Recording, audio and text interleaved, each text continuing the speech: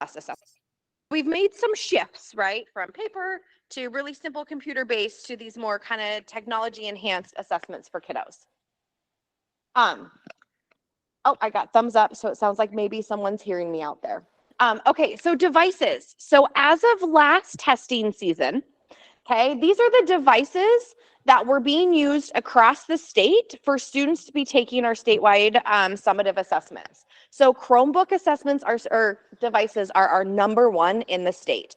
Most schools and most kids are accessing assessments on our Chromebooks. You can see from there we move down to Windows, iPad becomes our third, and then Mac. Can you admit? There we go. Okay. So interesting. What does this look familiar? Kind of what you would expect. How many of you are Chromebooks? Okay. How many of you are iPads? Okay. How many of you are using Mac machines or like Windows machines? Kind of still, anybody still on desktops? I had desktops in my classroom when I left all of 7 years ago. Shh. Okay, perfect. So thinking about from the world of assessment, right, what has happened with our assistive technology movement? So we went from this idea of human delivered, right? All accommodations, no matter what students were doing, was human delivered. We then moved into this sort of kind of third party space where we had software that we would download. Dragon Dictation was one of those, right? We have JAWS as a screen reader, so that when you think about third-party software, it's something that we're plugging into the computer, we're downloading, and students are accessing that way. From there, in the last, probably since about 17, 18, it says that, 2013 and 2012, built-in iOS, and built like Google Read and Write came about, but we didn't see a lot of requests for that until we hit about that 16, 17 stage where we moved to this cloud-based, right? Any more kids would get in and you would just download an app on a Chromebook or an iPad and it was all cloud-driven applications, right, that students were using. We also then have this push with built-ins. So Chromebooks, right? That is our #1 device used across the state. And what happens with Chromebooks, if you think about it, like there is no operating system, right? It is all cloud-based. Everything that you do on a Chromebook is all accessed via web. Which brings us to kind of where we've had our challenges in assistive technology and how that infiltrates and we can access those in our assessment systems. So really that shift, right? We had a lot of kids doing, before we had, Chromebooks, before we had iPads, we had that third party, right? You'd buy the Dragon Dictation and you'd download it onto the computer and access it that way. We then have kind of moved into that kiosk mode. So that's what Chromebook operates under, is they call it this kiosk mode. We've also struggled with iOS voiceover.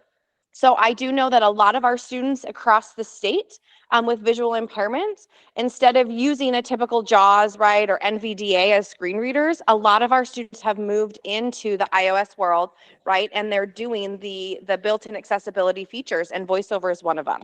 So how many of you in here have students with visual impairments that are blind visual impairments and using screen readers, learning Braille? What screen readers are they using?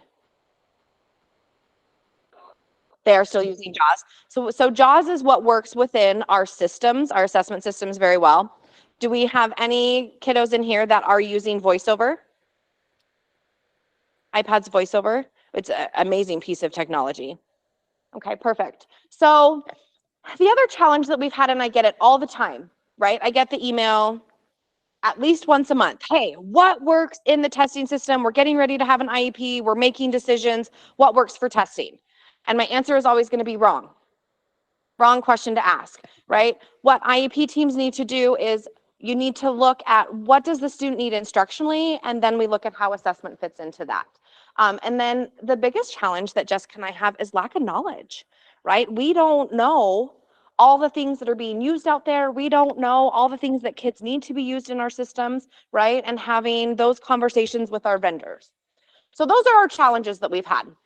I think it's important to understand. I always start with, where do we have the charge in the decisions that we make with IEP teams? We at the state, the decisions that we make also comes right out of regulations, right? We have to follow this. This is what the requirements are.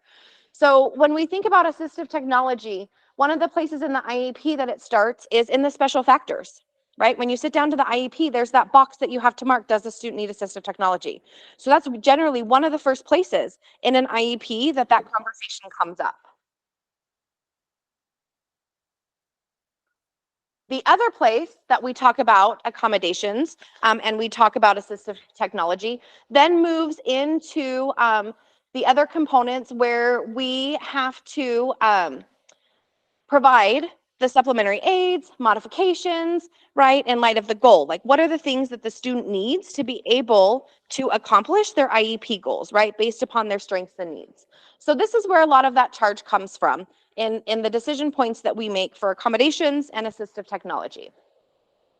So what are accommodations, right? They are really meant to be practices and procedures that provide equitable access, right, to our students during instruction and then assessments. Okay, it's kind of like we look at it where it's almost eliminating, right, that student's disability, right? How do we level that playing field? Supports and accommodations, right, should enable the student to advance towards their IEP goals, right? So what do they need for that FAPE? And it's making that progress at that grade level curriculum. So when we think about accommodations as a whole, they're usually kind of grouped into 4 different categories. So we group them into like presentation, right? Presentation materials or instruction. And this is where you guys come in, right? If you think about in your head, grab a couple students, think about accommodations that they have or things that you've done or teams implemented, right? It's what do they need to access the materials in class, right? Some students may need an eye gaze software. Some students may need a color overlay. I had students that had visual impairments and we would copy all their stuff on a yellow colored paper, right? Things like that. So what is it that my students need to be able to access the general curriculum? And then we look at response modes, right? We have some students that in order for them to access the accommodation may need to address the response mode. Students may need to have speech to text or dictation for their writing components, right? We see a lot of read aloud or audio books, communication tools, right? They may need some sort of augmentative device, things like that for response modes. The other bucket is adjustments to time and schedule, right? Which may not be as applicable to you guys in the room when you think about how you fit into the IEP team, right? But some students may need extended time on assignments, right? Assessments. They may need an adjustment to a schedule. So those would be that other group. And then looking at that setting or location, right? Some students may need a separate location to do testing or assignments, right? Minimize distractions, things like that. So they're generally kind of the 4 categories that accommodations are broken into. Modifications. I think it's also important to understand what a modification is. So a modification is the change in instruction and assessment that could fundamentally change what is expected to be learned, right? And may have that reduction in what a student learns. And understanding that providing modifications may be appropriate for a student instructionally, but in our world of assessment, when we modify assessment, right, we've now invalidated that score. So I think it's really important for teams to understand the difference between accommodations and modifications, right, and what implications those can have for our kiddos. Assistive technology. So what is assistive technology? So it's an item or a piece of equipment or a product system, whether acquired commercially off the shelf, right? So some of us have read and write, co-writer, right? There's all kinds of AT out there that we can purchase for our kiddos. Modified or customized that is used to increase, maintain, and improve the function capabilities of a student with a disability. So what do you think? You guys are my AT experts. Do you feel like that kind of fits the definition of assistive technology? I Googled that and pulled it from the web, by the way. Okay, so when we think about assistive technology, right, the 4 areas that we look at where this comes into play and helping support our students would be academics, communication. We also have assistive technology for physical access, right, as well as computer access. Am I missing anything? What do you think? Yes. That's actually the legal definition. There you go. See, I Googled it. Is there any additional kind of areas of access that you think we've missed or that you can think of that you have students that need to get with that? Okay. So differences between accommodations and modifications, right? So accommodations really are changes to how, right, the student learns, where modifications are changes to what the student is learning. So we may need an accommodation for a student. They may need magnification or zoom to be able to access the book, right, to read the words. We modify that when we give a student a book that's below a grade level, right? When we alter the materials. Manipulatives, right? That may be an accommodation we give students for math, right? We give them manipulatives to use. Modifying that would be they get a completely different math assignment than the other kids, right? Maybe different math problems.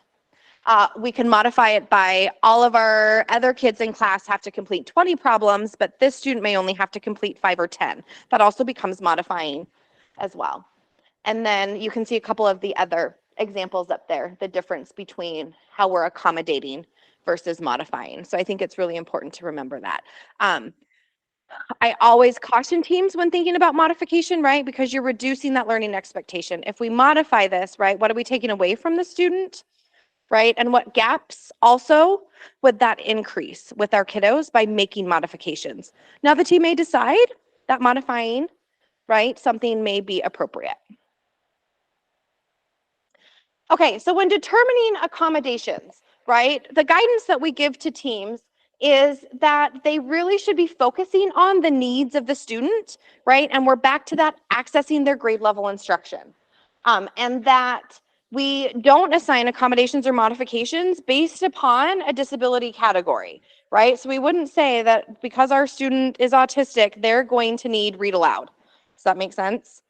And it really should be information that comes to the table from parents and teachers and the student and our general educators and also you guys, right? Our related service people. They're all really important in determining what those accommodations should be. So it's kind of more of a visual, right? When we talk about what accommodations a student needs or even assistive technology, right? Those things should be data driven, right? It should be based upon what's in a student's PLAF-up, right? Their goals. What is currently in place for accommodations or modifications, what has been used in the past, what works, doesn't work. And when talking about assistive technology, those of you that help make those decision points are really part of that team and need to be at the table.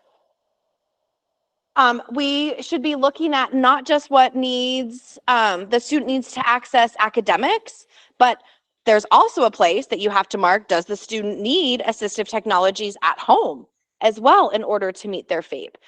And also not only that, but just extracurricular activities as well. Are there accommodations, right, or assistive technology that need to accompany the student to access all those areas? And this is the big thing, really looking at instruction, right? What the student needs instructionally is where those conversations need to start. And then from there, we look at how does that now fit into what's happening with our classroom assessments, right, for our various kiddos. Then moving into LEA specific assessments. Some of you may have formative assessments that you guys do. I know Granite, I think you still use School City. Some of you may or may not know that. So you also have LEA assessments, and then how does that fit into our standardized assessments? So when you email me and you say, hey, we have this student who has this accommodation, what do we do with our assessment? My first question always back to teams is going to be, what does it look like instructionally? How is the student accessing instruction? Reading, math, science. And then from there, we can look at how does that fit into assessment. So when we look at different accommodations or accessibility in our assessments, we dump them into 2 buckets. So we have this bucket where we call them resources for all, and these would be our UDL tools that may be built into a system, things that we consider available to any student, even students without a disability or an EL learner, that all students have access to. Then we have our separate bucket where we say, nope, these are just accommodations that have been determined for students specifically who have an IEP, a 504, or an EL plan.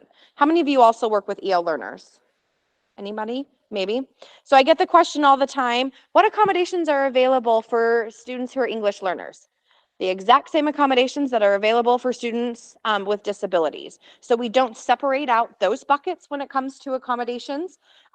The requirement is that there's alignment, right, in what is happening instructionally to what we're doing with assessments.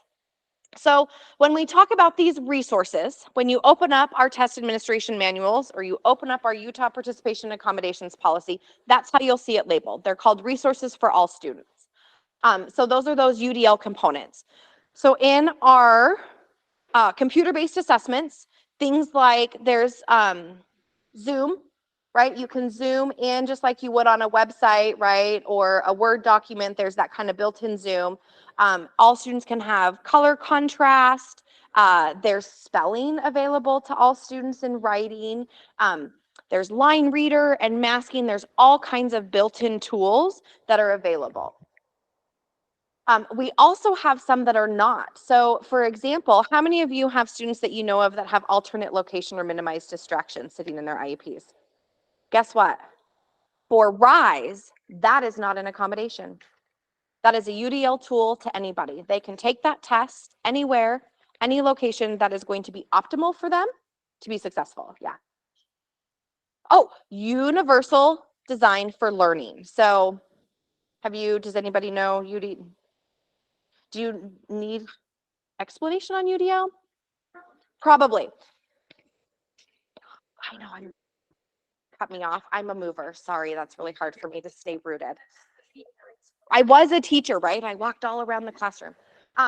So universal design for learning. So if we think about UDL, a good example to UDL is what can be an accommodation or a tool, right, that may be designed for a student or a person with a disability, but benefits all. So for example, take the ramps, right? Ramps into a building and the button, right? The button with the guy in the wheelchair that you hit and it opens up the door. Okay, so those were designed specifically for people in wheelchairs, right? So that they could access the building, they don't have to go up the stairs, they can hit the button. But when I'm lugging around my cart, how many of you teachers have those carts that y'all wheel through and got your bag, right? When you enter a building, it's going to be easier for me to access right through the ramp and pop that button with my hip to open up the door because my arms are full. So that's the premise of UDL, right? So it's taking tools or accommodations, right, that are really meant or designed for one individual, but could benefit. Is that helpful? Okay. All right. So resources. So it's really important to understand all those resources. So our kiddos that have alternate location or minimized distraction in their IEP, we want it there, right? We want it on the assessment addendum. How many of you are familiar with our assessment addendum? Right? We want it indicated there, but how the student is now participating, whether standard administration or accommodated, is going to look different, right? If it's a UDL tool to all kids, it's no longer an accommodated assessment, right? Standard administration. Okay, perfect. Accommodations. So specifically, these are the things that we say, okay, they're not UDL tools. They're not UDL tools, but they are things that a student may need, right, to access our assessment, and we've determined that they don't invalidate the construct of the assessment. So that's how we come up with allowable accommodation. Yes. Back on the previous slide, did you talk about what what you made that summary for the future prior?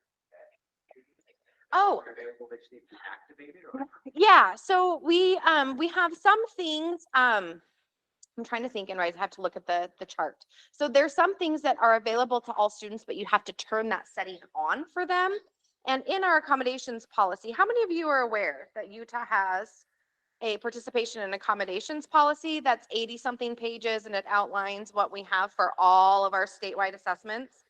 in there, you'll see where it's like embedded or required to be turned on. So one would be descriptive audio for RISE is an example of that, right? Where you can actually toggle that on. And what that does is it gives you an additional layer of text to speech, if you will, right? So it reads additional layers of the assessment. So like it'll go deeper into reading a chart, right? Or go deeper into reading a picture. So not quite to the extent of what a screen reader does, but a little bit more beyond, right? Our basic text to speech. You can turn that on for all students. So there are some things, color contrast. I think, does that have to be set in, they can set that on their own. So you'd have to look at that manual, and each manual outlines that, but there are some designated features that have to be set. Good question.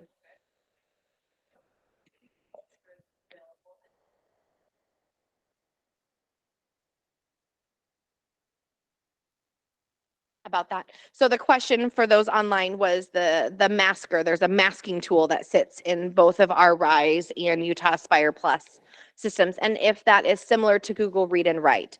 I cannot necessarily answer that. I don't know what Google Read and Write is, but I'm going to give you a resource at the end that will help you get to a place where you can like play with all of those tools. You can, your teachers can, your students can, to figure that out. But the masking tool, at least in RISE, like you put a box around it, right? And you can drag the box and make the box bigger so that it, you know, you're only seeing a portion of the assessment.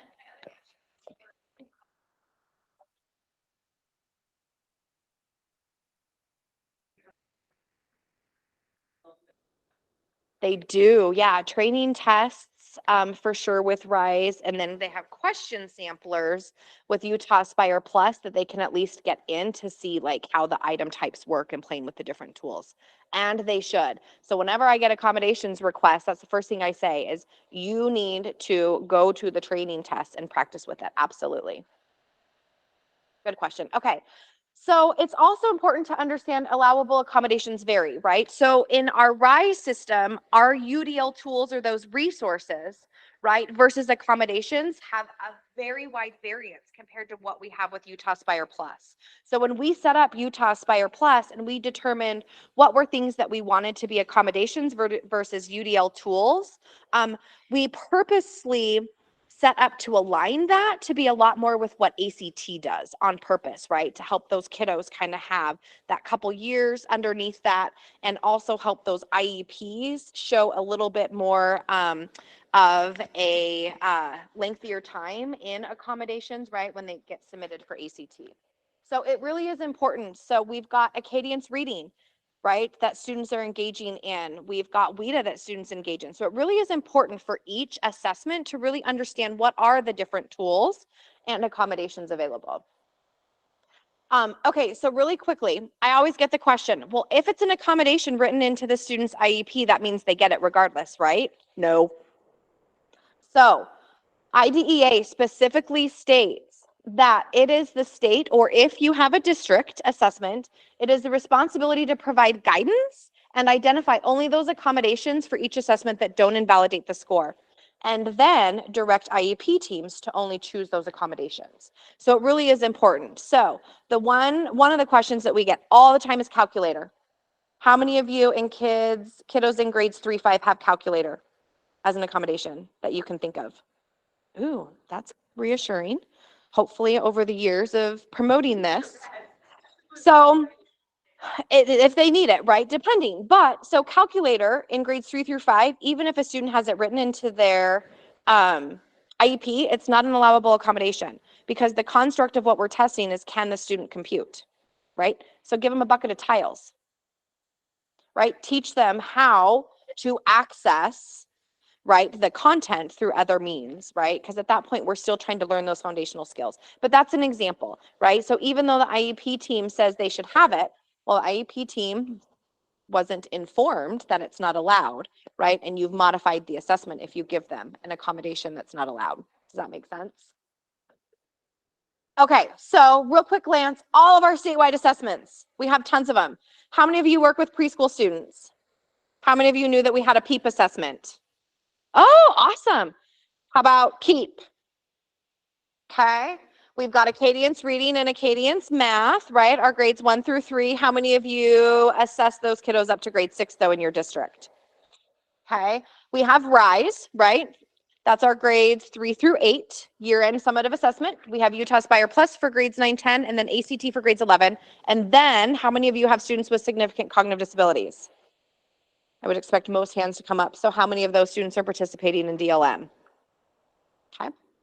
DLM is for grades 3 through 11, right? That's the assessment that we do in place of our accountability assessments.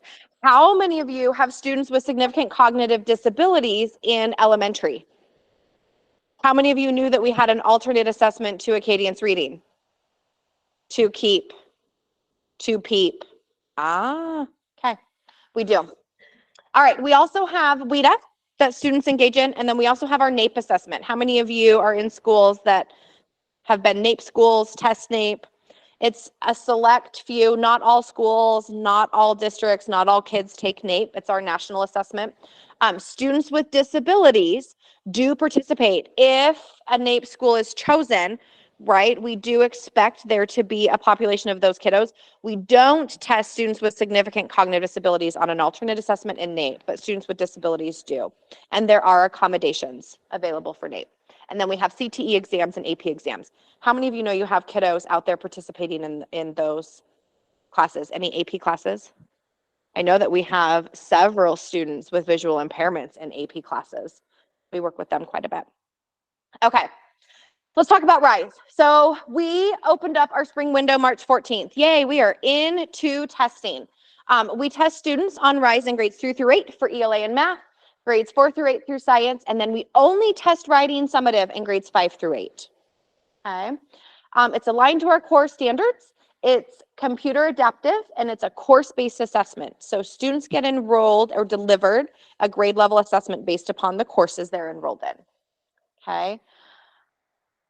Talking about RISE. Okay, so you hopefully can download the PowerPoint. Please download the PowerPoint from the schedule app. It's in a PDF form. Anywhere where you see these blue, dark blue, those are links. They're going to send you to our RISE portal, right? Test administration manuals.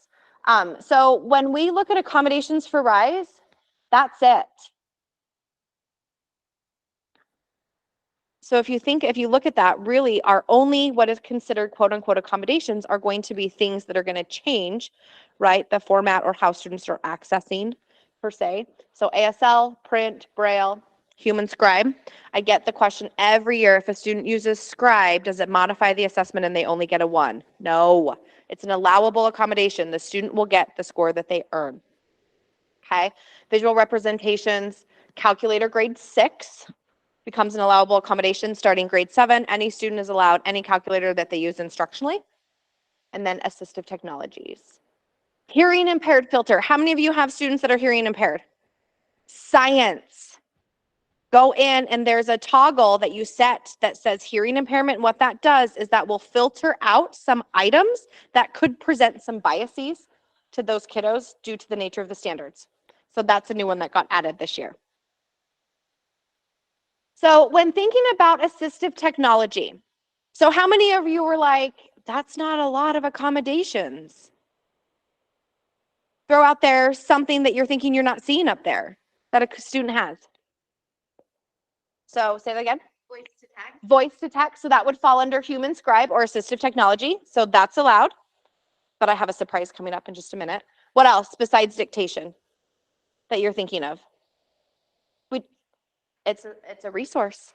So it should be on the IEP. You got to provide it to the student, but it's no longer an accommodated assessment, right? Any student can take it anywhere. Minimize distractions, all of those things. So are you like dying now to go look at the manual to see what UDL tools there are?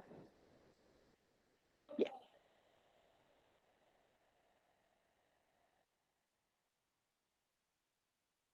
So that would be like evaluation assessments, right? Eligibility assessments. So these are our statewide summative assessments that test our standards, but great question. Okay, assistive technologies.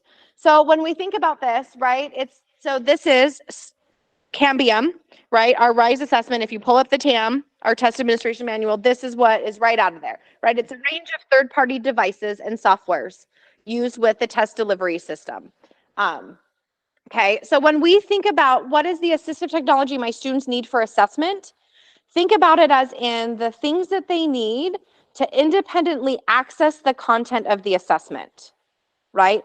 If we need it to infiltrate into the computer, it's what does my student need to independently navigate the computer?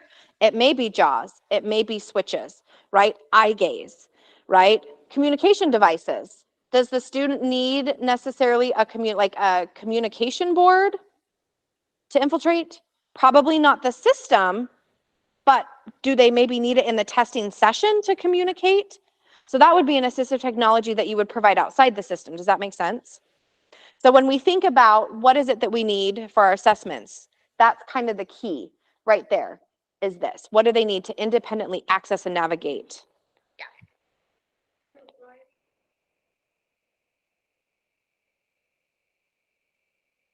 Check that out. I told you I had a surprise. Okay, so with RISE, we have a lot more information. I'm going to run against too much time here. Okay, so we have a lot more actual assistive technologies that work well within RISE because we get more, I guess, requests than we do for Utahspire Plus. But you'll see here, and you can find this in test administration manuals, and there's an assistive technology manual designated to RISE. These are the things that we know work within. But the cool part is, most of the requests that I get a few eye gaze requests. Those are out there. But it's dictation. It's the speech to text. My kids need to talk in the writing. We have now built it in. Here's the hill that I will always die on. I will always die on. I want my kids to be using in our assessments what they use instructionally. Okay? So if they're using something instructionally that will work within our system, that's the avenue we go. We can turn on assistive technology and they can use that. However, right, we have those kiosk modes, those cloud-based, Google Read and Writes, right? Chromebook, built-in Chromebook dictation does not work in our secure browser. What we used to do, and some of you may be aware of this, is we used to say, well, have the student use it on a second device, and then the test administrator is going to have to manually scribe it. So we're going away from that. And what we do is we turn on embedded speech to text. So in the writing, so ELA and math pops up a microphone, and it works similar to co-writer. So it's actually Don Johnson's products that they have brought into our assessment systems. We also have embedded word prediction. So if students use that, we can request that and turn it on. If they're using something, right, that works within our systems, we allow that, but you also have this other option for embedded. So when thinking about interoperability, right, with our secure browsers, I don't know if we'll ever be in a space that like built-in Chromebook stuff, right, or cloud-based apps will ever get into a secure browser. We had a national forum last year, actually, where we brought in vendors and we brought in Don Johnson and Google Read and Write, and we had this big national forum. And it's just a piece that's still troublesome, right? Because you have the security of the test.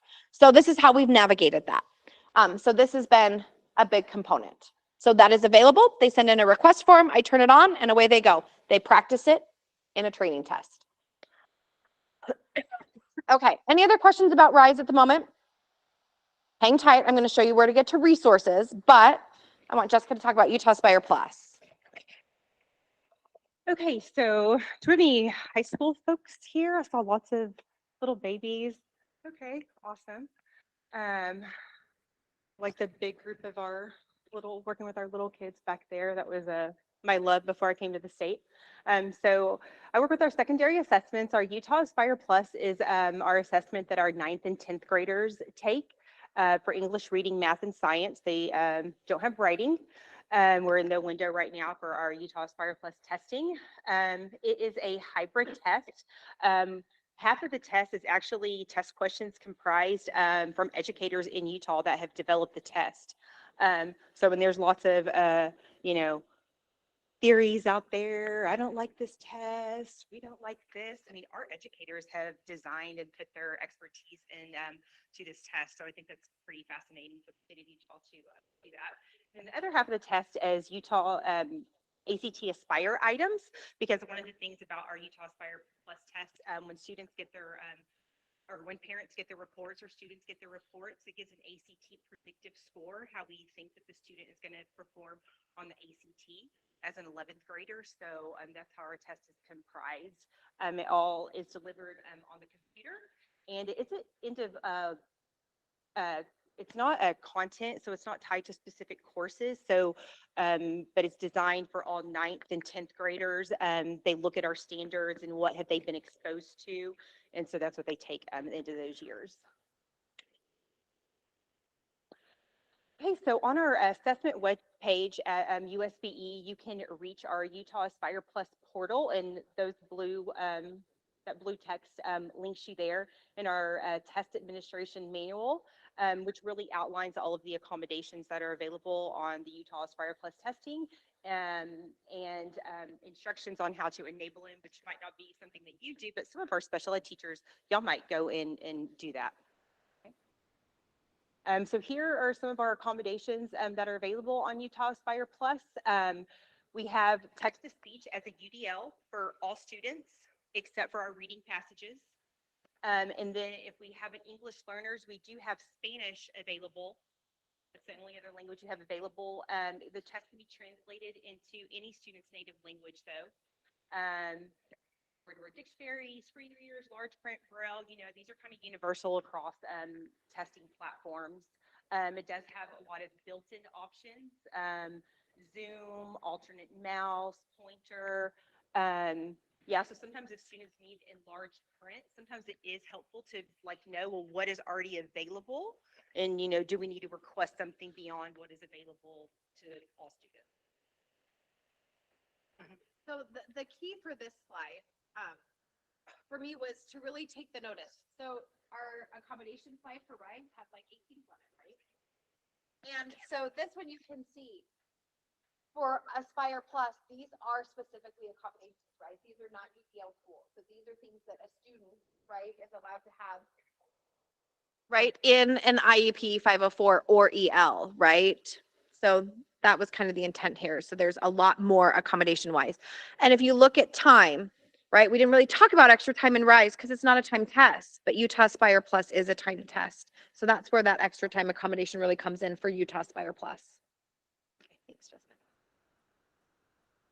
Yeah, students do like their notification of the extra time, which is also on ACT, and proctors like it too because they're not having to necessarily keep time for students. It counts down as students log in. Okay, so students can use a wide array of assistive technology for Utahspire Plus. The thing is, since it's administered on the test, you want to know, how are we independently accessing that? We want the students to be independently as possible when they're accessing that test.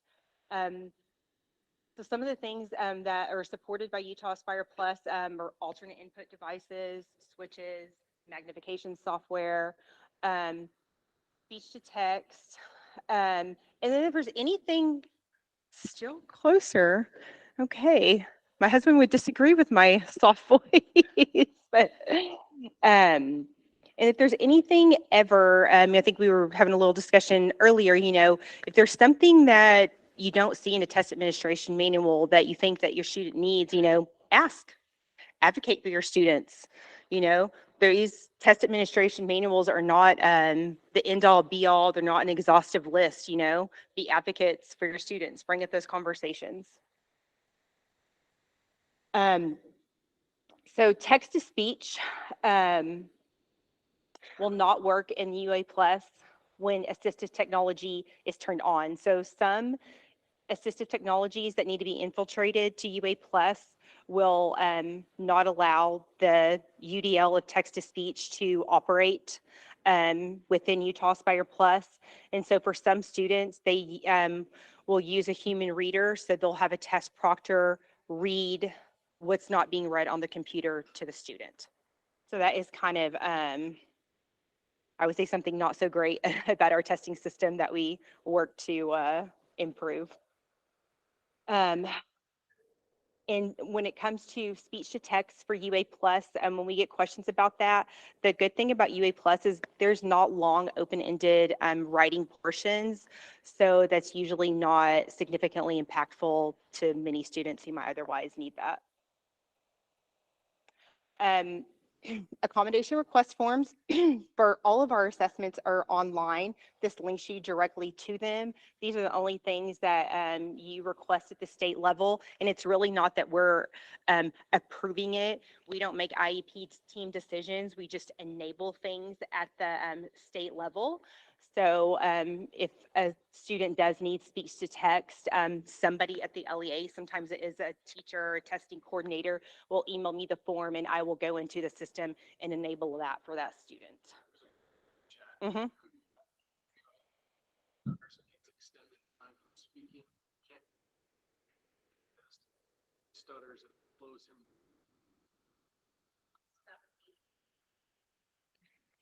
I'm assuming WIDA, right? We're talking about WIDA assessment. Waiting for a yes, no. Yes. Okay. Email me. Yeah, that's a very Email me. Yep. And then we can navigate through that. Has the student already taken WIDA? I know the WIDA, it was open. I don't know if it's closed yet.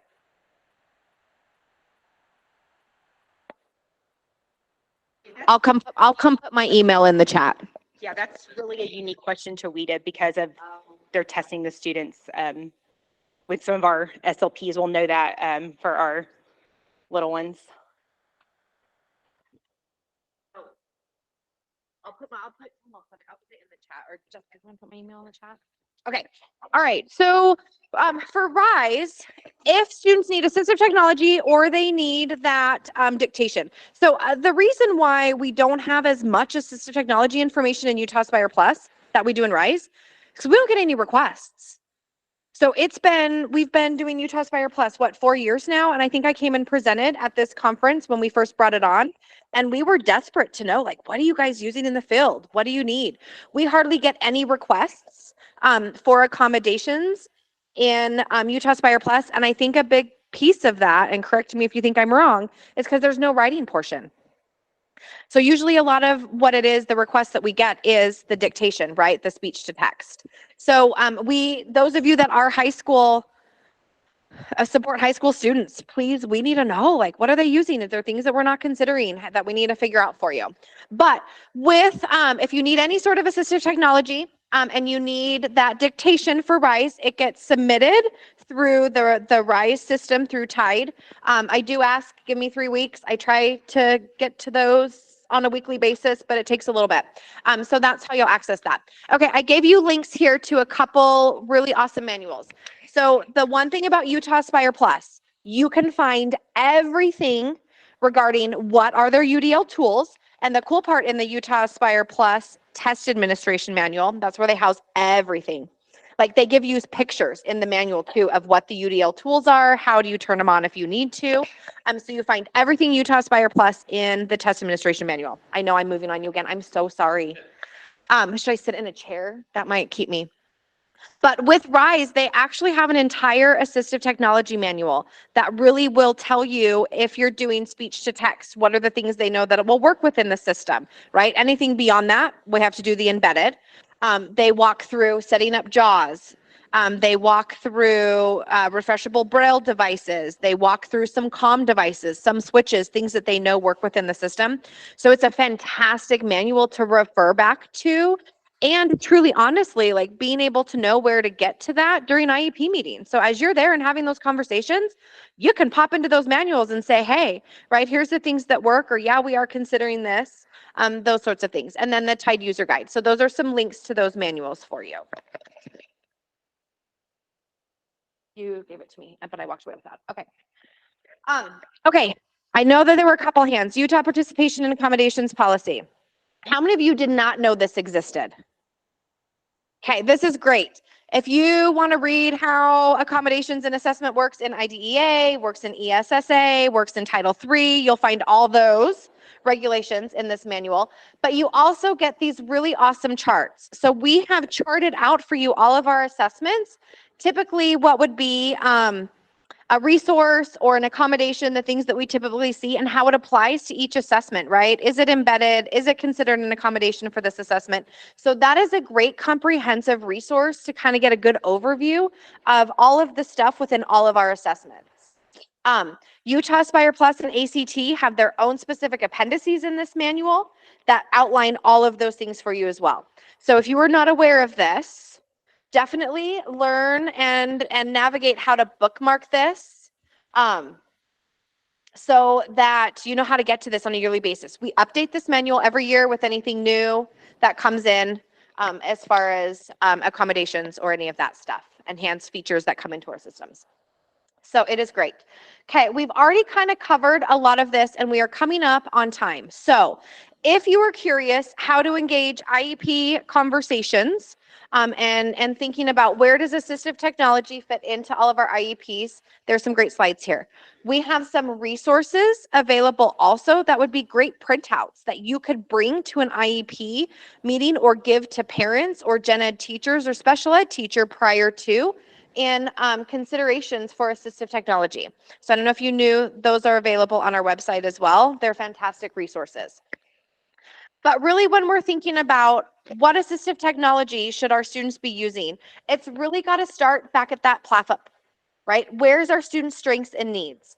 And if you've marked that box, student needs assistive technology, somewhere else within the IEP, compliance-wise, by the way, monitoring, they will look for that. If it's noted in a PLAF, right? Sally will use text to speech. Or speech to text, right? She notes that it's helpful. She really likes using speech to text. We'll look for it in a PLAF-up. We'll look for it maybe written in a goal. So we need somewhere in the IEP to also see what are we using and maybe even call it out, right? But then from there, so based upon our student strengths and needs, right? What they can do, can't do, what are they struggling with, which leads us into our goals.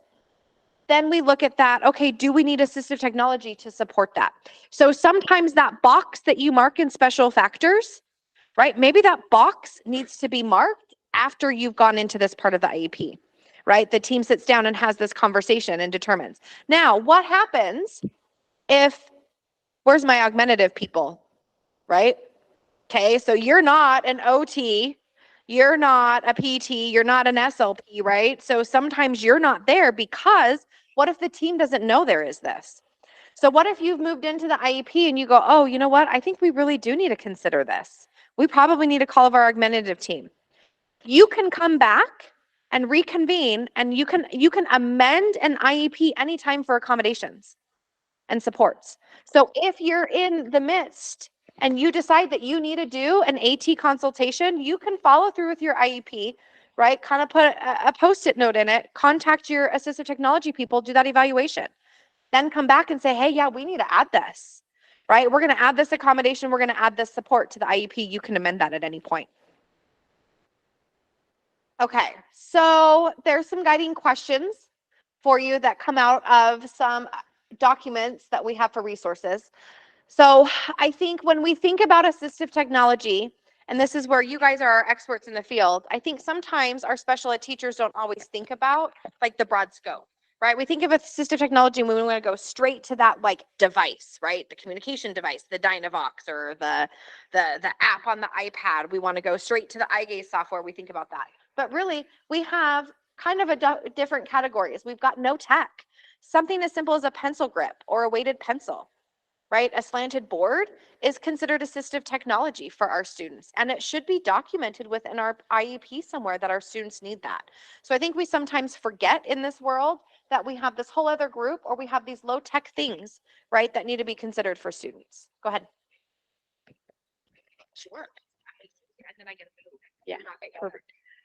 So just kind of like boots on the ground question, like, so boots on the ground question. So we have, like we're writing an IEP for a kid and they need like any sort of this assistive technology. We should be marking yes, that they need assistive technology to be addressed in their IEP, correct? Okay. So then we have, so even on like allowable things like on the RISE or on, so when we're getting to that assessment addendum, Like we mark standard assessment maybe because they need, or standard administration because they need speech to text or whatever. But then do we still mark those accommodations on those other like statewide tests because they have like the little checkbox? Okay, so those need to be marked, but it can still be considered standard administration. But we just know so that we can let teachers know they need these, even though it's part of a standard administration of the test. And there's a couple guidance documents that I'm going to point you towards here that will walk through some scenarios like that.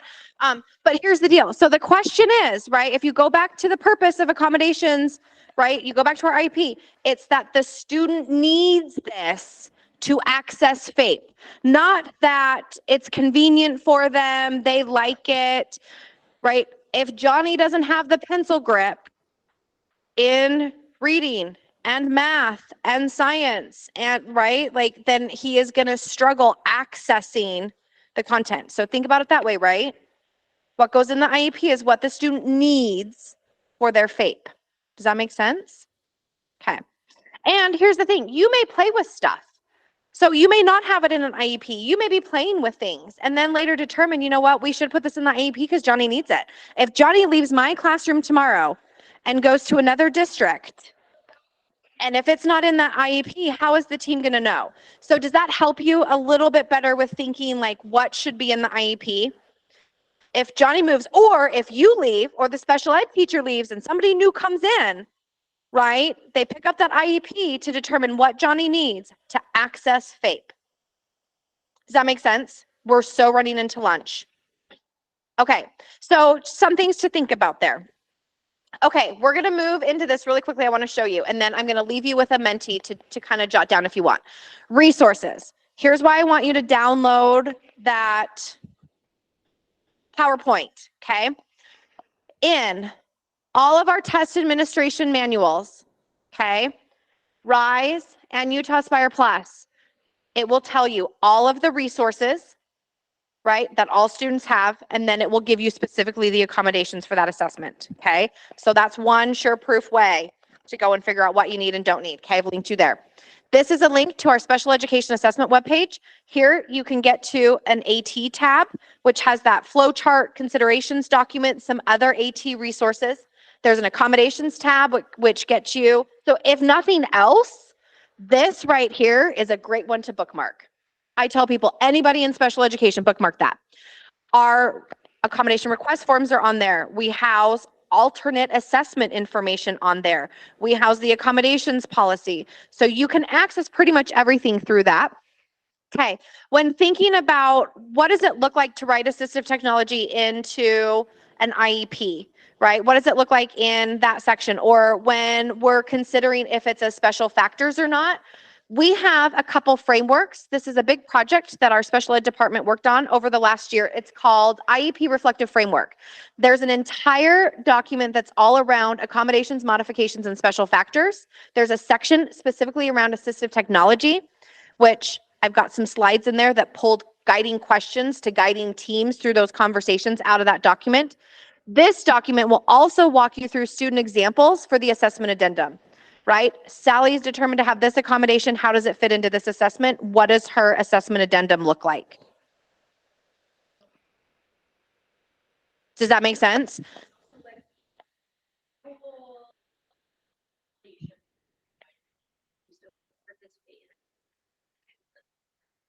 Nope, it doesn't invalidate the test. So where it invalidates the test and becomes modified is if you're using an accommodation that's not allowable. So the team says, I don't care, like we don't do read aloud on ELA passages, right? It's not allowed, okay? Because we're trying to figure out if students are reading. So if the team says, I don't care, we're gonna read it, or accidentally gets read to the kiddo, we've now modified the test. You have to indicate that modified, right? IEP teams really should not be choosing modified. It's an option on your assessment addendum now, but if you go back to IDEA where it says IEP, like instruct IEP teams to only choose allowable accommodations, I think modified is gonna disappear here pretty soon. With modifications. So if the team, yep, and here's where you use that. If you've got parents, so we also, where it really comes into play is Acadience math, and it comes into Acadience math and not reading there's one subtest that they read. Parents want modified on that, right? But we really shouldn't be doing modified, right? Because it's not going to give us a valid measure. You now can no longer compare that student score to other scores. It's one measure, right? We really should only be doing accommodations. But if you've got a parent that is like, the wall is there and they're like, nope, we're not moving past that, you've got that option as of now. Okay, question in the chat. Same question. Which do we bookmark? Well, all of them would be great. But if you bookmark this first one here, that'll be good. Your IEP reflective frameworks, go through this website or email me if you need to. Those are housed on a different spot, but they're fantastic documents. The accommodations and modification one is great. Okay. Really quick before you walk out the door, do me a favor. Scan that QR code and throw a couple things on that Menti. What assistive technologies are your students using? What are the things that we need to think about in the future? Any feedback you have for us for future consideration. So please go in and throw a quick jab into that Menti for me, because really we only know what we know. And we really rely on you guys in the field, right? What are other things that we need to be talking about at the state, talking about with vendors? Okay, what was my question? Oh, the bookmark.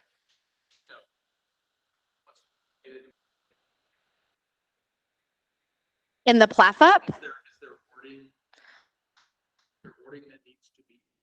So if you go to that reflective framework document, that accommodations and modifications, we actually give you example PLAFUPs where we've actually written into some assistive technology stuff. And really it should, right? Like, hey, when Johnny writes without dictation independently, right, he can formulate, 2 sentences, right, without getting frustrated. When Johnny uses dictation, right, he can produce 3 paragraphs. So like that's data, right? Now you've put in data that is also supporting decision points, right, based upon their strengths and weaknesses, right? What are their needs? Does that make sense? Does that help with that data question?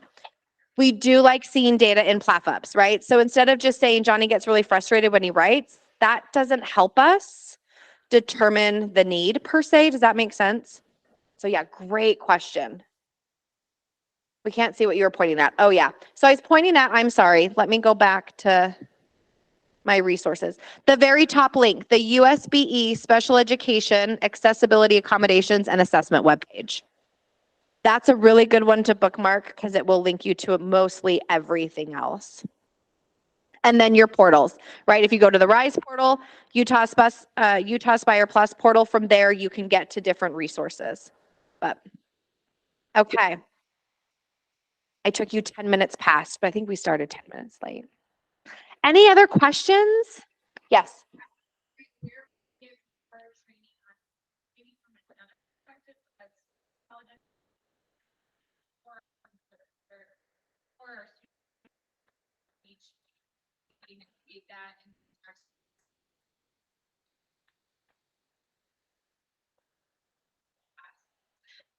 So you can contact me. So the last slide in here is our contact, Jessica and I. But navigate some of these resources first and kind of see if that helps. But you can shoot me an email at any point. And then if there was like a group that got together, are you with a district? Yeah, so you can always request at the bottom of my email. You'll see there's a link to a survey to request specific training. So if you feel like there really is a need, you can go ahead and maybe simply even to just emailing me and like seeing if we've got resources that help fill that need or if we need something deeper.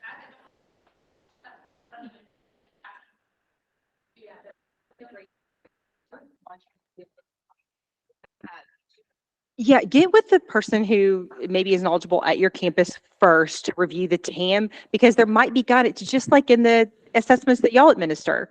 You go by the guidelines and you have to adhere to those or it invalidates your student scores. So you need the guidelines for these tests to see what is and isn't available, especially when it comes to articulation errors, especially with the apraxia and how that impacts some of their performance. And there's some guidance and like the cadence and stuff that could.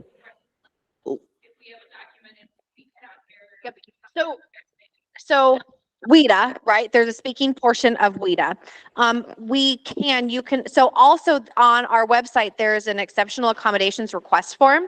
So if there's like an accommodation that's not listed, that's not common, that you really need, you can always fill that out and send that in. But we do, like, if you have a student, like we have the kiddo that missed it by one, WIDA says that they take into account the stuttering, right? But we can navigate that. But RISE, there's no speech, that's where human scribe might come in better, right? Because they know the student, that might be a better option. But where Accadience comes into play, it's measuring fluency.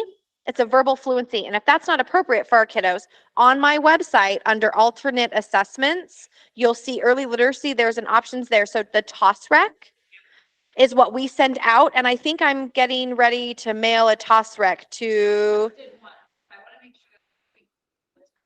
Yeah, so I'm getting actually ready to drop another one in the mail when I go back to the office this afternoon. So the TOSREC is one that we do for grades 1 and 2 for those students that are mute or have that. And then from there, grades 3, we just say do maze, right? And then they're not included in your growth goal, like any of that, because it's an alternate. The only time we have an alternate, or an alternative, right? Not an alternate assessment is that one, just because of the nature of it. Yeah, but otherwise, PEEP and KEEP, there's some accommodated directions in there, but like that's Accadience reading is really the only one. Yeah, it is. So, I mean, the more you get familiar with where to find the resources when you have those, that website right there, the USB Special Ed Accessibility, that's one to bookmark. And then you've got AT stuff. And here's what my opinion, I think Jessica would stand the same. If you have a question, reach out. Come to us directly. We would rather have you come to us to get the correct information than going and navigating to somebody else. That's how we get wildfire of misinformation. Yeah. Yep.